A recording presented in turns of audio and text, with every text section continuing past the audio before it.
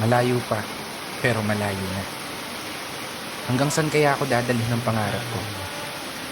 Yan yung tanong na palaging tumatakbo sa isip ko. Na marahil, ganun din sa isip mo. Kasi kung titignan mo, kakaiba talaga yung ginagalawan nating mundo. Parang minsan, nagtitripa na lang tayo. Paikot-ikot na lang yung sitwasyon. Na paulit-ulit kang natatayot. Oo, minsan, may araw na panalo ka. Pero mas madalas pa rin yung nabebehado. May oras na gulong-gulo yung isip mo. May panahon naman na pumapabor sa gusto. Ganito siguro talaga yung ibig sabihin ng buhay. Hindi perpekto ang tempo. At lahat nakaayon lamang sa tempo. Pero kahit ganon, dapat magpasalamat pa rin tayo.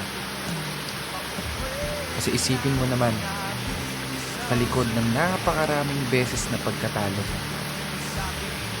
eto ka pa rin, mananatiling nakatayo, sinusubukang ipanalo.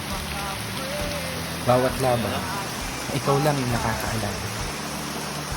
Mga pagsubok na araw-araw mong pinipilit ng kasal.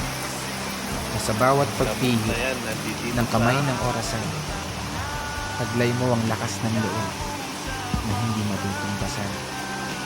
Malayong malayo ka na dun sa dating ikaw na nag-uumpisa pa lang. Ibang iba na yung